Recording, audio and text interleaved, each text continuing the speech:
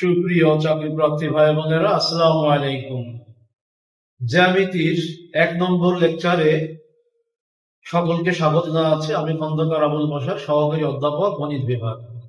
আজকে কোণ এবং ত্রিভুজ বিষয়ক কয়েকটি গুরুত্বপূর্ণ প্রশ্ন নিয়ে কথা বলবো। আপনারা স্ক্রিনে প্রথম প্রশ্নটি দেখতে পাচ্ছেন। এখানে বলছে যে একটি কোণ তার পুরো কোণের অর্ধেক, কোণটির মান কত? প্রশ্নটি প্রথমে 41তম বিসিএস পরীক্ষা এসেছিল, এরপরে অনেক চাকরি পরীক্ষা এসেছে। আপনারা নিশ্চয়ই এগুলো দেখেছেন, জব সলিউশন বইতে দেখতে পাবেন। তো এই প্রশ্নের উত্তর কিন্তু 10 সেকেন্ডে আমরা দিতে পারি। তো প্রথমে পরীক্ষার হলে কিভাবে 10 সেকেন্ডে উত্তর দেওয়া যায় সেই বিষয় বা টেকনিকটা আমি ব্যাখ্যা করব, তারপরে আমি এর বিস্তারিত উত্তরটাও দিব। তো আসুন আমরা দেখি। মনে রাখবেন, যদি পূরক কোণ বিষয়ক কোনো প্রশ্ন আসে তাহলে 90 কে বুঝবেন, আর যদি সম্পূরক কোণ বিষয়ক প্রশ্ন আসে তাহলে 180 কে বুঝবেন। তো যেহেতু এখানে পূরক কোণ বিষয়ক প্রশ্ন হয়েছে, তাই আমরা 90 কে প্রস্তুত করলাম। এবার এই 90 কে ভাগ দেব। কি দিয়ে ভাগ দিব? ভাগ দিব আমরা, খেয়াল করেন এইখানে একটা ভগ্নাংশের উল্লেখ আছে। এই ভগ্নাংশটা লব এবং হরের যোগফল দিয়ে ভাগ দেব। ভাগ দিলে উত্তরটা পাওয়া যাবে। তাহলে অর্ধেক বলতে আমরা বুঝি, এই অর্ধেক বলতে আমরা হাফ কে বুঝি, হাফ, 1/2। তাহলে 1/2, 1 আর 2 এর যোগফল কত? 1 + 2। তাহলে 90 কে আমরা ভাগ দিলাম যে ভগ্নাংশটা ইঙ্গিত করেছে তার লব হরের সমষ্টি দ্বারা। 3 দিয়ে ভাগ দিলাম, রেজাল্ট পেলাম 30। অর্থাৎ এই প্রশ্নের উত্তর আছে 30 ডিগ্রি। সুতরাং আমরা এই যে দেখতে পাচ্ছি গ অপশনে 30 আছে, আমরা গ বৃত্ত ভরাট করে দিলাম, হয়ে গেল 10 সেকেন্ডের উত্তর। এইবার আমরা একটু ব্যাখ্যা দেব, যদি কেউ বুঝতে চায় বিষয়টা বা বিস্তারিত করতে চায় তাদের জন্য আমি এখন একটা বিস্তারিত বর্ণনা দেব। এখানে আছে, আপনারা একটু দেখেন, খেয়াল করেন। এখানে বলা হচ্ছে যে মনে করি একটি কোণ x ডিগ্রি, অতএব তার পুরো কোণের মান 2x ডিগ্রি। কেন? কারণ বর্ণনায় বলছে যে একটি কোণ তার পুরো কোণের অর্ধেক। তো পুরো কোণ যদি 2x হয় তাহলে একটি কোণ x হবে। আমরা জানি যে যে কোনো কোণ আর তার পুরো কোণের যোগফল 90 ডিগ্রি। তাহলে আমরা সংজ্ঞা অনুসারে লিখতে পারি x + 2x = 90, 3x = 90, x = 30। অতএব একটি কোণের মান 30 ডিগ্রি। তাহলে পরবর্তী প্রশ্নে আমরা চলে যেতে পারি। আপনারা খেয়াল করলেন যে পূরক কোণ বা সম্পূরক কোণ বিষয়ক প্রশ্ন আসলে আমরা কিভাবে 10 সেকেন্ডের উত্তর দিতে পারি। পরবর্তী প্রশ্ন। এবার 14তম বিসিএস প্রিলিমিনারিতে আসা একটা প্রশ্ন আমরা খেয়াল করছি। এখানে বলছে ত্রিভুজ ABC BE = EF = CF। ত্রিভুজ AEC এর ক্ষেত্রফল 48 বর্গ একক। ত্রিভুজ ABC এর ক্ষেত্রফল কত? প্রথমে আমরা ছবিটা আঁকবো এবং একটা বিষয় আমি আপনাদেরকে অনুরোধ করবো, আপনারা আপনাদের যার কাছে যে বই আছে দেখবেন এই প্রশ্নটা সব বইতেই আছে, কিন্তু ছবিটা ভুল আঁকা হয়েছে, ব্যাখ্যা ভুল, কিন্তু উত্তরটা সঠিক। আশা করি আপনারা আমারটা অনুসরণ করবেন। বসাস কম্পিটিটিভ বেসিক ম্যাথ জন বইয়ে নির্ভুল উত্তর দেওয়া আছে। তো আসুন আমরা দেখি কিভাবে উত্তর দেওয়া যায় দ্রুত। তো এই বর্ণনা অনুসারে আমরা এই ত্রিভুজটার ছবি আঁকতে পারি। এখানে কি বলা হচ্ছে যে BE = EF = CF। এই যে খেয়াল করেন, BE = EF = CF। তো এখন ত্রিভুজের যে ধর্ম আছে সেই একটা ধর্ম আমাদের মনে থাকতে হবে যে একই সমান্তরাল রেখা যুগলের মধ্যে অবস্থিত সকল ত্রিভুজের ক্ষেত্রফল সমান হবে। দেখেন, এই যে আমি বলে দিয়েছি, যেহেতু একই ভূমি একই সমান্তরাল রেখা যুগলের মধ্যে অবস্থিত সকল ত্রিভুজের ক্ষেত্রফল সমান, তার মানে এই বক্তব্য অনুসারে আমরা বলতে পারি ত্রিভুজ ABE = ত্রিভুজ AEF = ত্রিভুজ AFC। এই তিনটা ত্রিভুজ সমান। কেন? কারণ এরা একই সমান্তরাল রেখা যুগলের মধ্যে অবস্থিত, এদের ভূমিও সমান, যে কারণে এই যে নীল রঙের লেখা আপনারা দেখতে পাচ্ছেন। তার মানে এই প্রত্যেকটা ত্রিভুজের ক্ষেত্রফল যদি x হয় তাহলে ত্রিভুজ ABC এর ক্ষেত্রফল 3x। এখন আমরা দেখতে পাচ্ছি এখানে বলা আছে যে ত্রিভুজ AEC খেয়াল করেন, এই যে AEC এর মধ্যে কিন্তু দুইটা x পড়ছে। তার মানে চিত্র হতে আমরা লিখতে পারি, চিত্র হতে আমরা পাই, আমরা কি পাই? আমরা পাই twice x = 48। তাহলে x = 48 কে যদি 2 দিয়ে ভাগ দেই, 48 কে 2 দিয়ে ভাগ দিলে আমরা 24 পাই। তাহলে x সমান সমান 24। এখন আমাদের বলছে ত্রিভুজ এবিসি পুরো এই তিনটা x এর মান বের করতে হবে। তাহলে x সমান সমান 24 হলে অতএব 3x সমান সমান 24 গুণ 3 ইজ ইকুয়াল টু 72। অর্থাৎ এই প্রশ্নের সঠিক উত্তর 72। আমরা দেখতে পাচ্ছি ক অপশনে 72 আছে, অতএব ক বৃত্ত আমরা ভরাট করে দিলাম।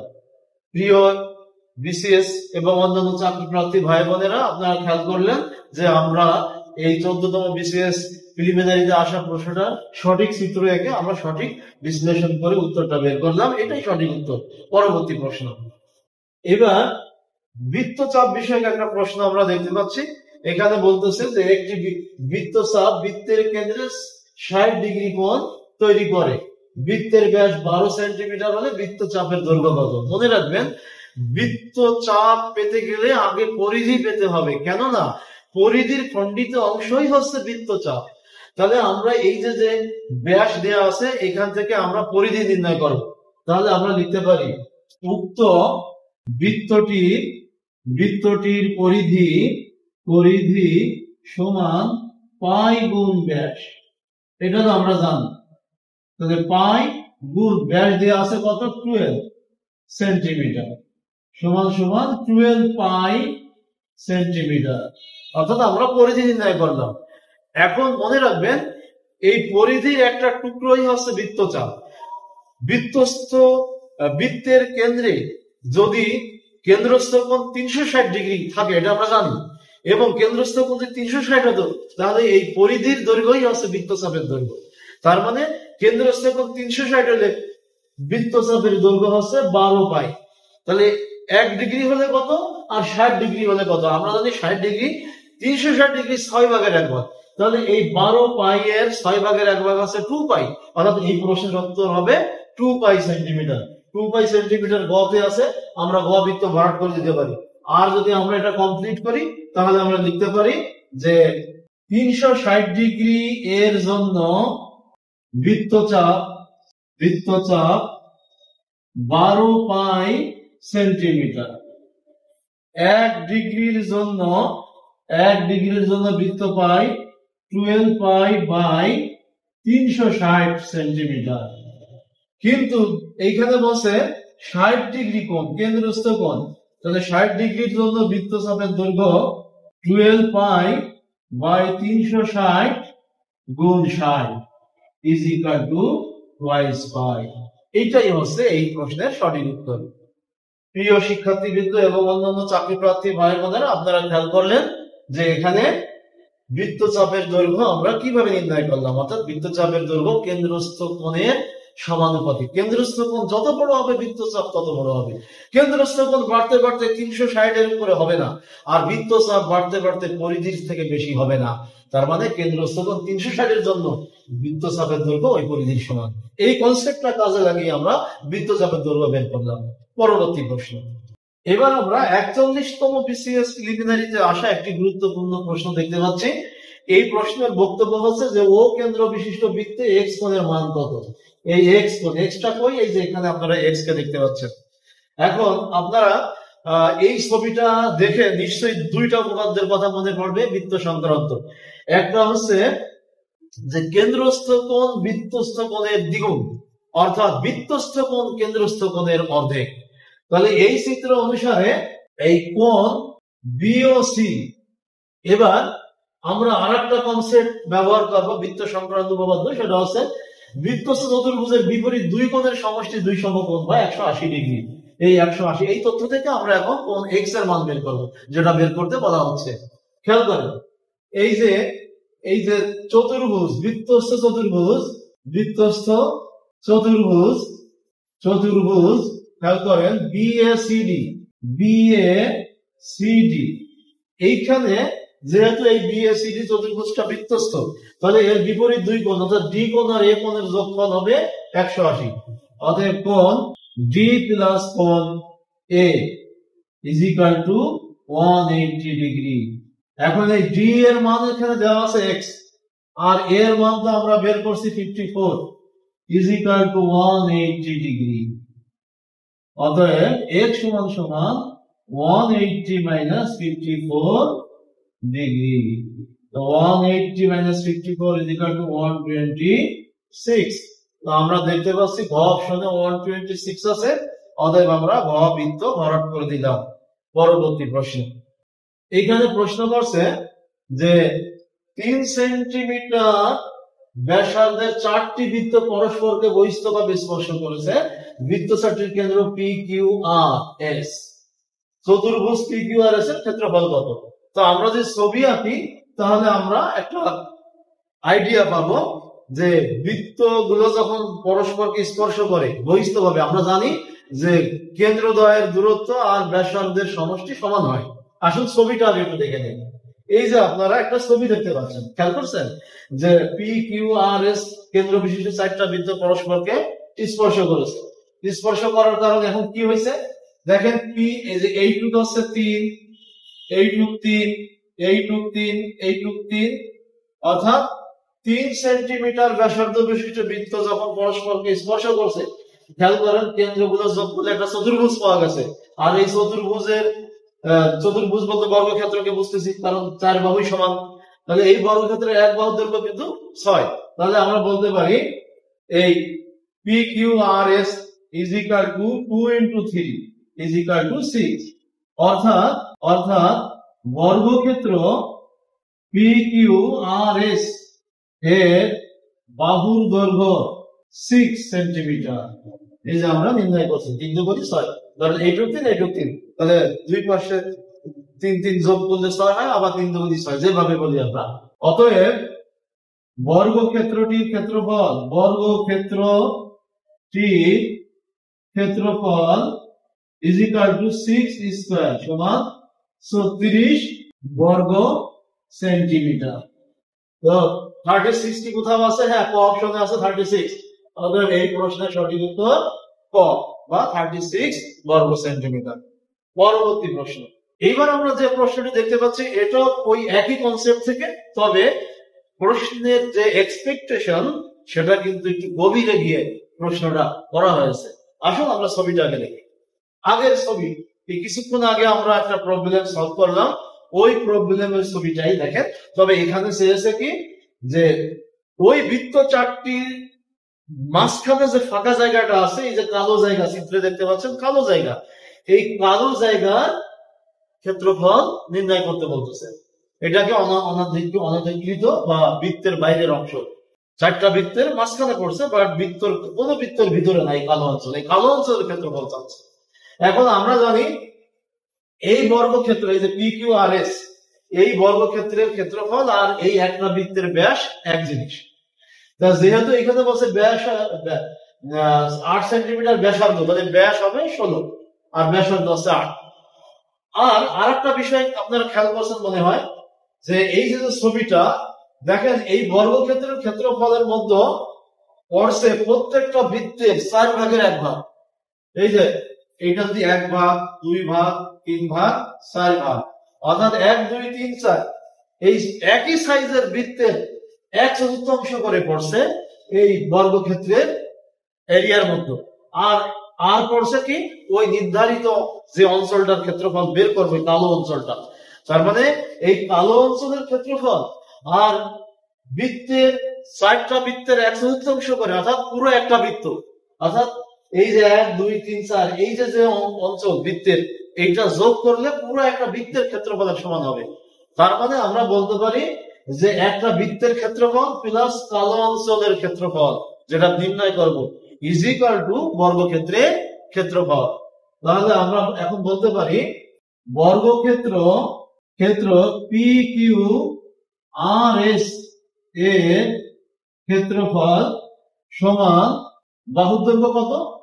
8 সেন্টিমিটার হলো ব্যাসার্ধ। তাহলে এইখান থেকে যদি 8 হয়, এইটুকু 8, তাহলে 8 আর 8 16, তাহলে 16 স্কয়ার ইজ ইকুয়াল টু 256 বর্গ সেন্টিমিটার বা সেন্টিমিটার স্কয়ার দিয়ে দিলাম। এবার চিত্র হতে আমরা পাচ্ছি এই 256 সমান হবে এই অনধিকৃত অঞ্চলের ক্ষেত্রফল এবং বৃত্তের ক্ষেত্রফল। তাহলে চিত্র হতে আমরা পাই চিত্র হতে আমরা পাই যদি এই অনাধিকৃত অঞ্চলের ক্ষেত্রফলকে এক্স মনে করি, হ্যাঁ এক্স, তাহলে x plus pi r square is equal to 256। অর্থাৎ এই অনধিকৃত অঞ্চলের ক্ষেত্রফল এক্স প্লাস একটা বৃত্তের ক্ষেত্রফল ইজ ইকুয়াল টু বর্গক্ষেত্রের ক্ষেত্রফল। এই চিত্র তাই বলতেছে যে এই বর্গক্ষেত্রের মধ্যে পড়ছে পুরো একটা বৃত্তের ক্ষেত্রফল সাথে কালো অঞ্চলের ক্ষেত্রফল। এখন যদি কেউ প্রশ্ন করে যে পুরো একটা বৃত্ত কিভাবে, তখন বলবো এইখানে 1/4 বৃত্তের, এইখানে 1/4, এইখানে 1/4, এইখানে 1/4, 4টা 1/4 যোগ করলে ফুল ইউনিট মানে একটা বৃত্তের ক্ষেত্রফল চলে আসে। তাহলে বা x is equal to 256 minus pi, আর এর মান হচ্ছে 8 স্কয়ার, ব্যাসার্ধ হচ্ছে 8 সেন্টিমিটার। এইটাই বা x is equal to 256 minus 64 পাই, বা x is equal to, এখন যদি আমরা 64 কমন নেই তাহলে এখানে আসে 4 মাইনাস পাই বর্গ সেন্টিমিটার। তো 64 ইন্টু 4 মাইনাস পাই কোথায় আছে? আমরা দেখতে পাচ্ছি এখানে আছে, গ অপশন আছে 4 মাইনাস পাই ইন্টু 64। তাহলে এই প্রশ্নের সঠিক উত্তর গ 64 ইন্টু 4 মাইনাস পাই, এটা। তাহলে আমরা পরবর্তী প্রশ্নে চলে যেতে পারি। প্রিয় চাকরিপ্রার্থী ভাই বোনেরা, আপনারা এই কোশ্চেনটা একটু ভালো করে খেয়াল করেন, এটা কিন্তু একটা গুরুত্বপূর্ণ কোশ্চেন। দিনে দিনে বিসিএস পরীক্ষার প্রশ্ন কিন্তু জটিল আকার বা স্ট্যান্ডার্ড বৃদ্ধি পাচ্ছে, হ্যাঁ মান বৃদ্ধি পাচ্ছে। সুতরাং এই ধরনের কোশ্চেন যখন তখন চলে আসবে, সুতরাং প্রস্তুত থাকতে হবে। পরবর্তী প্রশ্ন, এখানে আমরা দেখতে পাচ্ছি বলছে একটি নির্দিষ্ট বিন্দুর মধ্যে দিয়ে কয়টি বৃত্ত গমন করতে বা আঁকা যায়। তো এই ধরনের প্রশ্ন নিয়ে আগে অনেক মতভেদ দেখা দিয়েছে। আমি ক্লাসে যখন পড়িয়েছি, ইভেন রংপুরে একটা ক্লাসে গিয়ে কিছু স্টুডেন্ট তারা জানতো না, তারা আমার সাথে অনেকটা ডিবেটই করলো। তারপরে আমি ওই সময় তো এই সাপোর্ট ছিল না, যে কারণে তাদেরকে আমি হাতে কলমে প্রমাণ দিতে পারিনি, কিন্তু আমি তাদেরকে বলেছিলাম যে এটা অসংখ্য বৃত্ত গমন করতে পারে বা আঁকা যায়। অতএব এই প্রশ্নের উত্তর হচ্ছে অসংখ্য গ। আর যদি কেউ বলে যে ছবি একটু দেখান, তাহলে এই ছবিটা একটু দেখে নিন। এই যে এখানে খেয়াল করছেন যে নির্দিষ্ট একটা বিন্দুর মধ্য দিয়ে অনেক অনেক বৃত্ত যাচ্ছে, এতগুলো তো আঁকা প্রয়োজন নাই, কারণ এখানে আছে 1টা 2টা 3টা। তো আমি 3টা থেকে বেশি একে দেখিয়ে দিলাম, এবং গাণিতিক ভাবে আবার প্রমাণ করা যায়। বাট আমরা এত সময় নেব না, আপনারা এটাই বিশ্বাস রাখেন যে এই প্রশ্নের সঠিক উত্তর অসংখ্য। পরবর্তী প্রশ্ন, এবার প্রশ্ন হচ্ছে 2টা নির্দিষ্ট বিন্দু দিয়ে কয়টি বৃত্ত গমন করতে পারে বা আঁকা যায়। খেয়াল করেন অনেকগুলো পরীক্ষা আসছে, পল্লীজন সহকারী কর্মকর্তা, প্রাথমিক বিদ্যালয়ের প্রধান শিক্ষক, এরপরে আসছে পরিবার পরিকল্পনা অধিদপ্তরের কল্যাণ পরিদর্শিকা, এরকম অনেক চাকরি পরীক্ষা এই প্রশ্ন আমরা দেখেছি। তো যাই হোক, এখন এই প্রশ্নটার উত্তর হবে অসংখ্য। কেন অসংখ্য? এর গাণিতিক প্রমাণ আছে, কিন্তু আমি ছবি এঁকে দেখাই দিচ্ছি। এবারও খেয়াল করেন, এখানে বলছে যে 1টা 2টা 3টা অসংখ্য। এখন আমি এখানে অনেকগুলো, এই 3টা থেকে বেশি, এখানে সর্বোচ্চ 3টা আছে, কিন্তু আমি 3টা থেকে বেশি এঁকে দেখাই দিলাম যে অসংখ্য বৃত্ত আঁকা যায়। আর যদি আপনারা বলেন যে স্যার একটু প্রমাণ করে দেখান, তাহলে আমি অন্য একটা লেকচারে আপনাদেরকে গাণিতিক ভাবে প্রমাণ করে দিব। সেক্ষেত্রে আমাদেরকে বৃত্তের সাধারণ সমীকরণ লাগবে। কি লাগবে এটা আপনি বাসায় করতে পারবেন, আমি বলে দিই। বৃত্তের সাধারণ সমীকরণ x square plus y square plus 2gx plus 2fy plus c is equal two 0। তো এখন এই বৃত্তের সমীকরণ আপনি যদি 2টা নির্দিষ্ট বিন্দু দিয়ে যায় মনে করেন, ধরেন 2টা নির্দিষ্ট বিন্দু 1 1 2 2, তাহলে 1 1 এবং 2 2 x এর পরিবর্তে y এর পরিবর্তে যদি লেখেন, তাহলে আপনারা দেখতে পাবেন এই GFC এর সমীকরণ 2টা পাবেন। অথচ এখানে অজানা রাশি GFC 3টা, তাহলে অজানা রাশি GFC 3টা অথচ সমীকরণ 2টা। মনে রাখবেন, সমীকরণ সংখ্যা যখন কম থাকে অজানা রাশি বা চলক থেকে, তখন এর অসংখ্য মান পাওয়া যায়। আর অসংখ্য মানের কারণে ওই বৃত্তের অসংখ্য কেন্দ্র অসংখ্য ব্যাসার্ধ পাওয়া যায়। আর অসংখ্য কেন্দ্র অসংখ্য ব্যাসার্ধ প্রমাণ করে এই অসংখ্য বৃত্ত নির্দেশ করতেছে ওই সমীকরণ x square plus y square plus 2gx plus 2fy plus c। ওই সমীকরণটা অসংখ্য বৃত্তকে নির্দেশ করে। অতএব আমরা এই প্রশ্নের সঠিক উত্তর দেব ঘ। 2টা নির্দিষ্ট বিন্দু দিয়ে অসংখ্য বৃত্ত গমন করে বা আঁকা যায়। এবং মনে রাখতে হবে যতগুলো বৃত্ত গমন করে ঠিক ততগুলো আঁকা যায়। পরবর্তী প্রশ্ন নম্বর 9। আমরা দেখতে পাচ্ছি এখানে কোশ্চেন করছে 3টি নির্দিষ্ট বিন্দুতে কয়টা বৃত্ত গমন করে বা আঁকা যায়। এইটার উত্তর আছে একটা। কেন একটা? কারণ 3টা বিন্দু যদি আমরা যোগ করে দেই একটা ত্রিভুজ পাওয়া যায়। আর একটা নির্দিষ্ট ত্রিভুজের পরিবৃত্ত নির্দিষ্ট একটাই, দুইটা হয় না, একাধিক হয় না। একটা নির্দিষ্ট ত্রিভুজের একটাই পরিবৃত্ত। এই জন্য আমরা বলি যে 3টা বিন্দু একটা ত্রিভুজ গঠন করে, ফলে একটা পরিবৃত্ত পাওয়া যায়। এই জন্য আমরা এই জাতীয় প্রশ্নের উত্তর দিই একটি। অতএব এই প্রশ্নের সঠিক উত্তর ক। আমরা কতে দেখতে পাচ্ছি একটি আছে। তবে এখানে একটা বিষয় মনে রাখবেন যে 3টি বিন্দু যদি একই সরলরেখা অবস্থিত হয় তাহলে কিন্তু কোনো ত্রিভুজ পাওয়া যাবে না, ফলে পরিবৃত্ত পাওয়া যাবে না। অর্থাৎ 3টি বিন্দু একই সরলরেখা অবস্থিত হলে কোনো বৃত্ত আঁকা যাবে না, কোনো বৃত্ত গমন করে না। এর স্পষ্ট নোট আছে, ছবি আছে, আশা করি মনে থাকবে। পরবর্তী প্রশ্ন এখানে বলছে 4টি নির্দিষ্ট বিন্দুতে সর্বোচ্চ কয়টি বৃত্ত আঁকা যায় বা গমন করে। মনে রাখবেন যে 4টা বিন্দু, এখানে সর্বোচ্চ একটা কথা বলছে। কেন সর্বোচ্চ কথাটা বলছে? এর কারণ হচ্ছে যে 4টা বিন্দু দিয়ে একটা বৃত্ত আঁকা যেতেও পারে, নাও পারে। অর্থাৎ 4টা বিন্দুতে একটি বৃত্ত যেতেও পারে, নাও পারে। তাহলে কেন এমন কথা আসছে, কেন এই আনসার্টেনিটি আসছে? এর কারণ হচ্ছে যে বৃত্ত সংক্রান্ত উপপাদ্য বলে যে বৃত্তস্থ চতুর্ভুজের যে কোনো বিপরীত দুই কোণের যোগফল 180। এর অর্থ হলো 4টা বিন্দু আমরা যোগ করে দেব, যোগ করে দেওয়ার ফলে যে চতুর্ভুজটা পাওয়া যাবে ওর বিপরীত দুই কোণের যোগফল যদি 180 হয় তাহলে আমরা উত্তর দেবো যে হ্যাঁ, একটা বৃত্ত আঁকা যাবে বা একটা বৃত্ত গমন করবে। আর যদি বিপরীত দুই কোণের যোগফল 180 না হয় তাহলে আমরা বলবো কোনো বৃত্ত আঁকা যাবে না বা কোনো বৃত্ত গমন করে না। এখন যখন বলবে সর্বোচ্চ, সর্বোচ্চ তো একটা, এই কারণে আমরা এখানে সর্বোচ্চ শব্দটা পাওয়ার পর আমরা উত্তর দেব যে হ্যাঁ, সর্বোচ্চ যদি হয় সেই ক্ষেত্রে উত্তর হবে একটি। এবং এই যে দেখেন, আপনার স্ক্রিন দেখতে পাচ্ছেন যে এখানে দেখা যাচ্ছে 4টি বিন্দু সংযোগ দিয়ে যে চতুর্ভুজ পাওয়া যায় তার বিপরীত দুই কোণের সমষ্টি, হ্যাঁ, যদি 180 ডিগ্রি বা দুই সমকোণ হয় সেই ক্ষেত্রে একটি বৃত্ত আঁকা যায়, অন্যথায় কোনো বৃত্ত আঁকা যায় না। এই যে খেয়াল করেন, এখানে ছবি আছে। এই যে এখানে আমরা 4টা বিন্দু যোগ করে একটা বর্গক্ষেত্র দেখতে পাচ্ছি। তার বর্গক্ষেত্রের তো প্রত্যেকটা কোণ 90 ডিগ্রি, তাহলে বিপরীত যে কোনো দুই কোণ যোগ করলে 180 হবে। বাট এখানে আমরা একটা রম্বস বা সামুদ্রিককে দেখতে পাচ্ছি।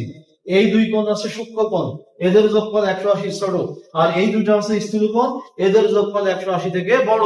তার মানে এইটা বৃত্তস্থ হবে না, এই ছবিতে দেখতে পাচ্ছেন। আশা করি আপনারা সকলেই বুঝেছেন বিষয়টি। পরবর্তী মৌলিক লেকচার নিয়ে আমি আবার উপস্থিত হব আপনাদের জন্য। 50তম বিসিএস প্রিলিমিনারির জন্য আপনারা প্রস্তুত হতে থাকুন। নভেম্বরের প্রথম সপ্তাহে ইনশাআল্লাহ সার্কুলার হয়ে যাবে। ততদিন পর্যন্ত সকলে ভালো থাকুন, সুস্থ থাকুন। আবার ইনশাআল্লাহ দেখা হচ্ছে। আল্লাহ হাফেজ। আসসালামু আলাইকুম ওয়া রাহমাতুল্লাহি ওয়া বারাকাতুহু।